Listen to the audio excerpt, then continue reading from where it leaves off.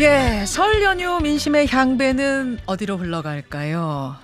오늘 1, 2부에 걸쳐서 여야 의원들이 느낀 설 민심을 들어보겠습니다. 국민의힘의 조수진 의원, 민주당 고민정 최고위원을 만날 텐데요. 인터뷰 일정에 따라서 순서는 정해졌다는 거 미리 말씀을 드리면서 1부에서는 제1야당 민주당의 고민정 최고위원 먼저 만나보죠. 어서 오십시오. 네, 반갑습니다. 새해 복 많이 받으세요. 네. 새해 복 많이 받으십시오. 오늘 진짜 정말 춥더라고요. 아침에 나오는데. 약간 볼도 좀 빨개져서 들어오신 것 같아요. 네. 정말 춥죠. 다들 아침 출근하실 때 따뜻하게 입고 나가십시오. 네. 명절은 진짜 어떻게 보내셨어요, 고 의원님? 딸로서, 며느리로서, 엄마로서 충성을 다했죠. 그래서 되게 피곤해요. 맞아요. 아니, 만나는 이제 시민들은 고 의원님 얼굴 다 알아보니까 한마디씩 손잡으면서 뭐라고들 말씀들도 많이 하시죠. 네. 의례적인 새해 인사도 하지만 아무래도 민주당 지도부에 있다 보니 정치에 대한 이야기들을 많이들 하셔요. 가장 많이 하시는 이야기는 아무래도 난방비가 난방비. 큰 것 같습니다. 그쵸. 실제로 체감 정도는 지금 두세 배 올랐다고는 하지만 체감은 훨씬 더 높게끔 나오는 것 같고요. 예. 그리고 대통령 순방에 대한 이야기를 생각보다 많이 하시더라고요. 이제 막 치러진 일정이다 보니까 아무래도 관심도가 높았었던 것 같고, 그리고 보통은 이제 대통령 순방을 나가면 국내 현안이 클 경우에는 순방이 좀 묻히는 경향들이 있어요. 왜냐하면 순방은 주로 이 플러스가 되는 일정 드릴 경우가 대부분이기 때문에 예. 왜냐하면 이 참모들이 그동안 만들었던 성과를 대통령이 거둬들이는 게 순방이거든요. 그래서 정치 뉴스화에서는 별로 잘 다뤄지지 않는 게 순방인데 매번 이제 순방이 이게 논란의 중심에 있다 보니까 그 이야기도 많이 국민들도 하시고. 관심 많더라고요. 오늘 제 질문도 그 관심거리 범주 안에 있는 것 같아요. 제일 먼저 해야 될 이야기가 난방비 얘기. 정말로 네. 만나는 친인척들마다 가장 먼저 꺼내는 얘기가 이 난방비 얘기였거든요. 어떤 분들은 원룸인데 난방비가 15만 원이 나왔다. 또 30평 아파트인데 관리비가 40만 원, 50만 원이 나왔다. 이런 얘기도 심심치 않게 들릴 정도였습니다. 정말 이거 난방비 폭탄이라고 할 정도인데 좀 대책이 있어야 되는 거 아닌가요? 저도 그렇게 생각합니다. 그래서 이거는 여야가 경쟁을 할 사안은 아닌 것 같고 당장에 어떻게 도와줄 것인가. 일단 그 정부 정책 가운데 에너지 바우처 정책이라는 게 있습니다. 예. 주로 이제 취약계층에 있는 분들에게 정부가 지원해 주는 것인데 이것을 예비비로 편성을 하든 일단은 취약계층한테는 더 그 난방비 폭탄이 클 수밖에 없기 때문에 맞아요. 그거를 좀 두텁게 해줄 수 있는 방안을 정부가 좀 마련할 필요가 있겠고요. 예.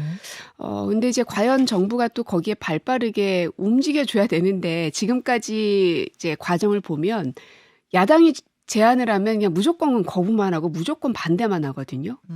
그렇다고 해서 저희가 난방비 폭탄을 보고만 있을 수는 없어서 만약에 정부가 나서지 않는다면 저는 민주당 지자체장들이라도 나서서 지자체 차원에서라도 지원할 수 있는 방안을 찾아야 된다고 봅니다. 취약계층, 에너지 취약계층을 위한 난방비 바우처 강화, 네. 이게 하나 방안이고 또 중산층들도 이제 어려우기는 마찬가지거든요. 네. 이런 분들을 위한 대책도 가능할까요? 이제 하나하나 정리를 해봐야 될 텐데 앞서서도 내용이 나오던데 지하철 요금도 오르고 전기 요금도 오르고 모든 분야가 다 오릅니다. 그래서 그 일본 같은 경우는 이제 총리 발언으로부터 시작은 됐는데 임금을 좀 인상해야 한다는 부분 그리고 인플레이션 수당 이런 이야기들을 제안을 한 바가 있습니다. 미국에서도 실시가 되고 있는 게 이 인플레이션 수당인데요. 워낙 지금 물가가 많이 오르는 게 국제적인 모두의 고통이기 때문에 정부가 나서서 이 문제를 풀려고 하는 의지를 보이는 거거든요. 근데 아쉽게도 현재 대한민국 정부에서는 이 정도까지는 나아가지 못하고 있지만 바로 옆 나라인 일본에서조차도 우리로 따지면 전경련입니다. 네. 거기로 이제 경단련인데 그쪽에서 이제 발언이 나왔거든요. 총리의 발언을 받아서 임금 인상에 적극적으로 임하겠다라고. 그리고 미쓰비시 자동차 같은 경우도 인플레이션 수당을 지급한 바가 있고요. 예. 그래서 이런 정책들을 좀 참고할 만한 부분인 것 같습니다. 물가는 무섭게 뛰는데 월급은 그대로니까. 맞습니다. 뭐 이런 식의 보충이 필요하지 않을까 그런 제안. 정치권 얘기를 좀 가보죠. 조금 전에도 언급하셨습니다만 윤석열 대통령 해외 순방 마치고 돌아왔는데 보통은 순방 뒤에는 지지율들이 오르기 마련인데 이번에는 오히려 소폭 하락한 것으로 나왔습니다. 저희가 지금 뭐 그래프도 보여드리고 있습니다만 왜라고 보세요? 이번에도 아니라 이번에도 역시인 것 같습니다. 참 희한해요. 순방 때마다 점수를 깎아먹고 계시거든요. 지난번 유엔 총회 갔을 때도 그랬고.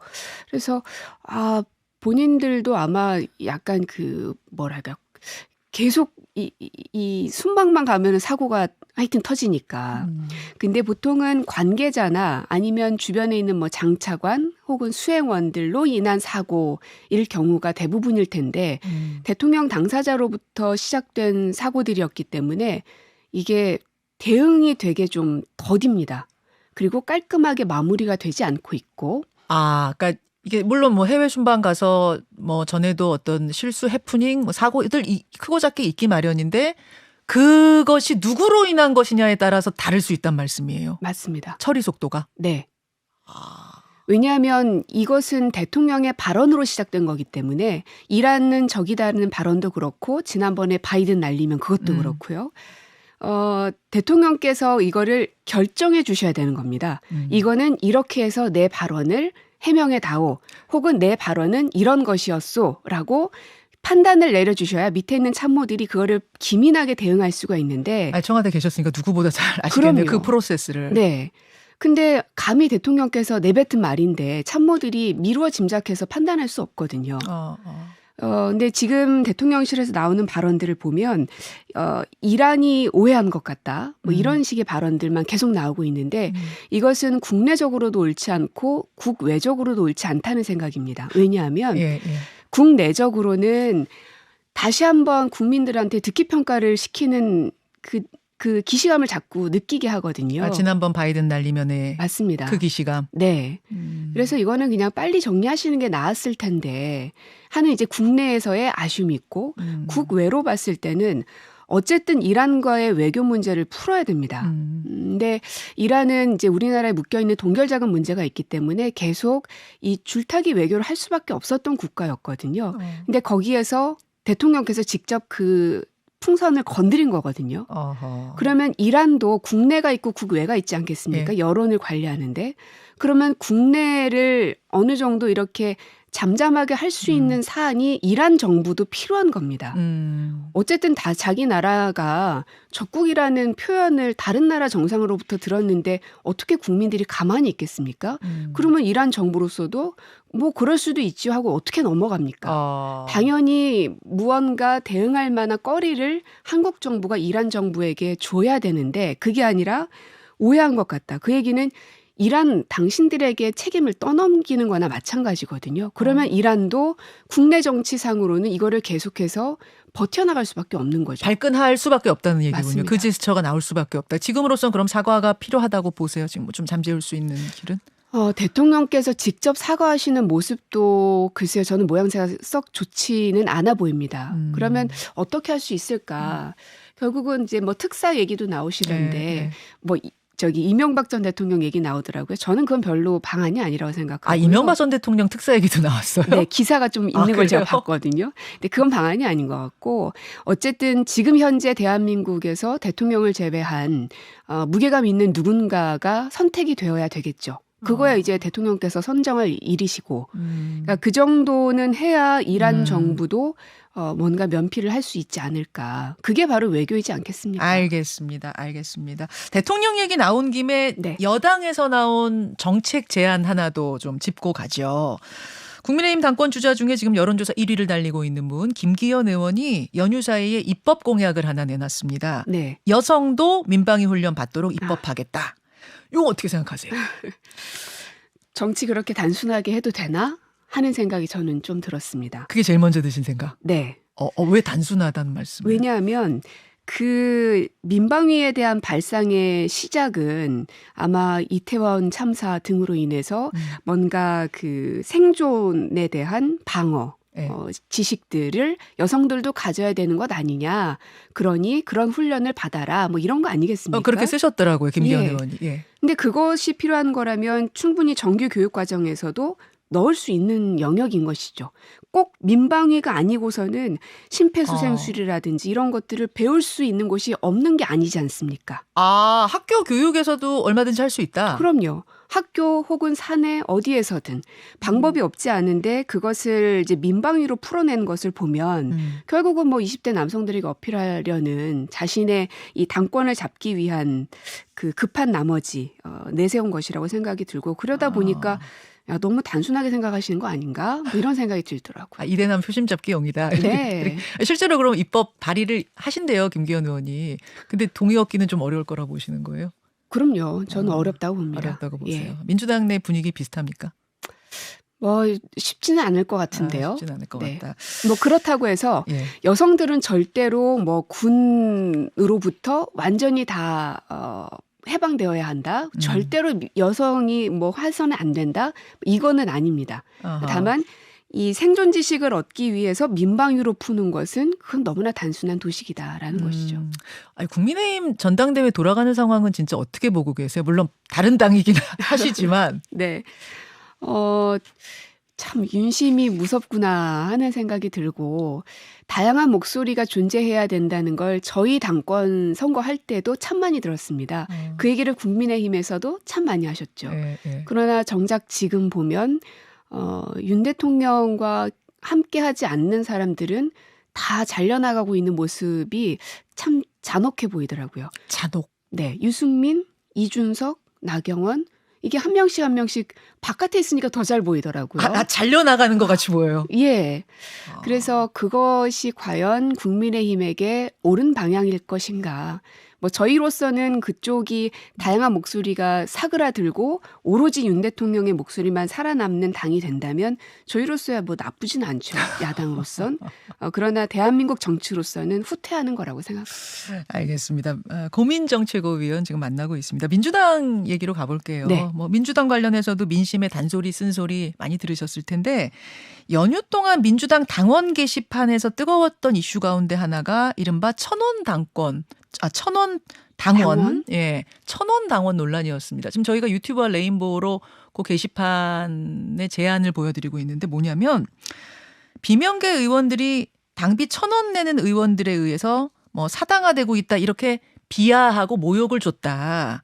그래서 김종민, 이원욱, 조홍천 의원의 징계나 탈당을 요청한다.